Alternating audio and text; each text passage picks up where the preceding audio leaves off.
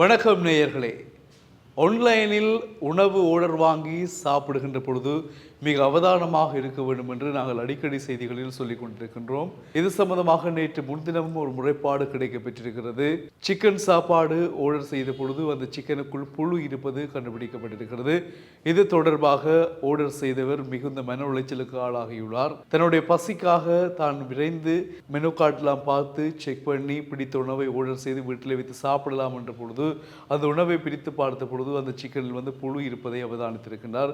இதனால் கடும் விரக்தியும் கோபமும் மன உளைச்சலும் அடைந்த நபர் என்ன செய்திருக்கிறார் என்றால், உடனடியாக அந்த நிறுவனத்திற்கு ஃபோன் பண்ணி, ஹோட்டலுக்கு ஃபோன் பண்ணி, உங்களிடம் நான் ஆர்டர் செய்தேன், இப்படி வந்திருக்கிறது, இது ஒரு அநியாயம், இது ஒரு என்ன மாதிரி, இது நான் கம்ப்ளைண்ட் பண்ண போகிறோம், நாங்கள் போகிறோம், நீங்கள் போகிற மாதிரிலாம் பேசியிருக்கிறார். இது சம்பந்தமாக எந்த விதமான ஒரு கருத்துக்களோ அல்லது தங்களுடைய பிள்ளைகளையோ அவர்கள் வெளிக்காட்டவில்லை. அந்த உணவகம் வெளிக்காட்டவில்லை. ஒரு திருப்தி இல்லாத தரம் மாதிரி ஒரு கதையை சொல்லியிருக்கின்றார்கள். இதனால் இன்னும் கோபத்தின் உச்சிக்கு சென்றிருக்கின்றார் அந்த நபர்.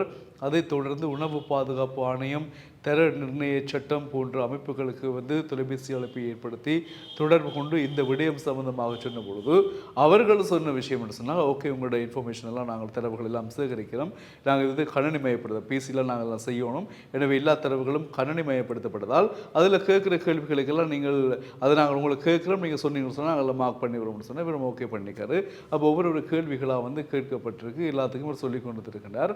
ஆனால் இவர் கொடுத்த தகவல்கள் பூரணமாக இல்லை அல்லது தரவுகள் போதாது என்பதை கணினி சொல்லியிருக்கிறதாம். இவர் கொடுத்த மெசேஜ் போதாது, கேட்கப்படுற கேள்விகளுக்கு இவரால் சரியான மாதிரியான விடைகளை சில கேள்விகளுக்கு சொல்ல முடியவில்லை. அதனால் இவருடைய கம்ப்ளைண்ட் ரத்து செய்யப்படுவதாக அறிவிக்கப்பட்டிருக்கிறது.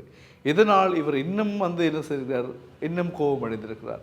கோபமடைந்து நேரடியாக போலீஸ் நிலையம் சென்றிருக்கின்றார். போலீஸ் நிலையம் சென்று இது சம்பந்தமான முறைப்பாட்டை கொடுத்த பொழுது சில போலீசார் சொல்லியிருக்கின்றார்கள், சரி நாங்கள் பார்க்கிறோம் என்றவாறு இப்போதைக்கு ஆறுதலை மட்டும் சொல்லி அனுப்பியிருக்கின்றார்களாம். எனவே இந்த சம்பவம் தொடர்பாக அந்த நபர் என்ன சொல்லியிருக்காரு சொன்னால், நான் இந்தியாவின் கர்நாடக மாநிலத்தைச் சேர்ந்தவன், என்னுடைய பேர் சாய் தேஜா. எனவே சாய் தேஜாவாகி நான் ஒரு சிக்கனை ஆர்டர் பண்ணி சாப்பிட்டால் அதற்கு புழு வருகிறது. அது சம்பந்தமாக நான் ஆர்டர் பண்ண ஹோட்டலுக்கு ஃபோன் பண்ணினா அவர்களுடைய பதிலில் திருப்தி இல்லை. இது தொடர்பாக உணவு தர நிர்ணயம் மற்றும் தரச்சான்றிதழ் நிலையத்திற்கு ஃபோன் பண்ணி கதைச்சு அவங்க கணினிமயமாக்கப்பட்ட தரவுகள் பூரணப்படுத்துவதற்கு தரவுகள் போதாது என்கின்றார்கள். போலீஸ் நிலையம் போனால் கொஞ்சம் வெயிட் பண்ணுங்க, நாங்கள் பார்த்து செய்கிறோம் என்று சொல்லுகின்றார்கள். இதில் நான் என்ன செய்வது? இவ்வாறான செயல்களை செய்கின்றவர்களுக்கு உண்மையில் சட்டத்தில் இடம் இல்லையா? ஒரு புழுவை சிக்கனுக்குள் வைப்பவர்களுக்கு தண்டனை இல்லையா என்று கேட்டிருக்கிறார். இப்போ அவர் என்ன செய்திருக்காருன்னு சொன்னால், எல்லாத்தையும் கைவிட்டு தன் ஃபேஸ்புக்கில் அந்த ஹோட்டலோட பேரை போட்டு தனக்கு நடந்த சம்பவத்தை போட்டு, இப்படி எனக்கு நடந்திருக்குது, தயவு செய்து அன்பானவர்களே அந்த ஹோட்டலுக்கு போகாதீங்க, போய் சாப்பிடாதீங்க, ஒன்றும் ஆர்டர் செய்து கொள்ளாதீங்கன்னு சொல்லி அந்த நிறுவனம் தொடர்பான சகல விடயங்களையும் தன்னுடைய முகநூலில் பதிவிட்டு கொண்டிருக்கின்றாராம். இதுக்கு யாராவது ஆக்ஷன் எடுக்க போவாங்கன்னு சொன்னால் நல்ல விஷயம். ஏன் அப்போ அவர் கேட்கலாம், நான் இவ்வளவு சொல்லியும் தர நிர்ணய கட்டுப்பாட்டு சபை வரைக்கும் போயிருக்கிறேன், அங்கும் கிடைக்கல தீர்வு, ஹோட்டலில் கிடைக்கல, அங்கே கிடைக்கல, போலீஸ் மூலம் கிடைக்கல.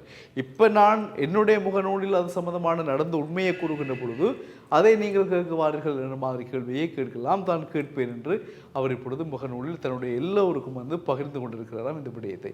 அப்போ பாருங்கள், நாங்கள் அடிக்கடி சொல்லுகின்ற விஷயம்தான், உணவு என்பது மனிதனுடைய அடிப்படை தேவைகளில் முதலாவதான விடயம். அந்த உணவு தான் நாங்கள் உயிர் வாழ்வதற்குரிய மூலமாக இருக்கிறது.